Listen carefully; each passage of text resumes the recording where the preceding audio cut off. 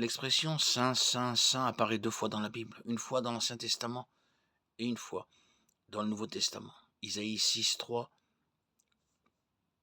et l'un appela l'autre et dit saint, saint, saint est l'Éternel des armées, toute la terre est pleine de gloire.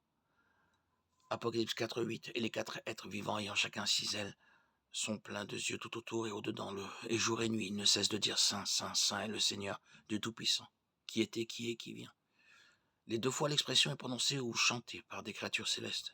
Et les 2 fois, elle apparaît dans la vision d'un homme qui a été transporté jusqu'au trône de Dieu. D'abord par le prophète Isaïe, puis par l'apôtre Jean. Avant d'aborder la triple répétition de la sainteté de Dieu, il est important de comprendre ce que l'on entend exactement par sainteté de Dieu.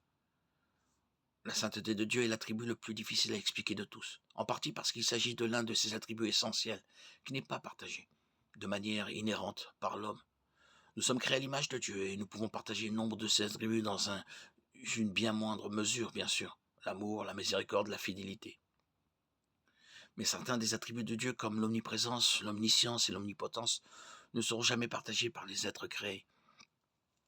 De même, la sainteté n'est pas quelque chose que nous possédons comme une partie inhérente de notre nature. Nous ne devenons saints qu'en relation avec Christ.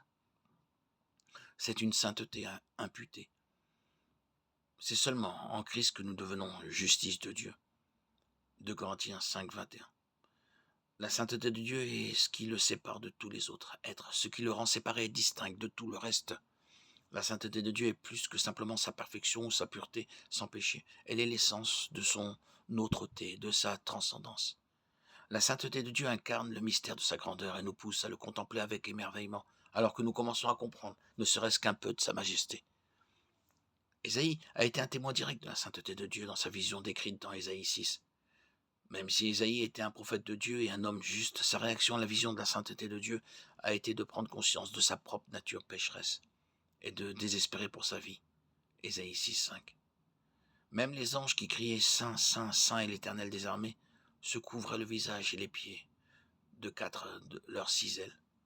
Le fait de se couvrir le visage et les pieds dénote sans aucun doute la révérence et la crainte respectueuse qu'inspire la présence immédiate de Dieu. Exode 3, 4, 5.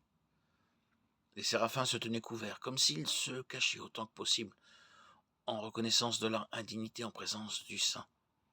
Et si les séraphins purs et saints manifestent une telle révérence en présence du Seigneur, avec quelle profonde crainte devrions-nous, créatures polluées et pécheresses que nous sommes, nous approcher de lui?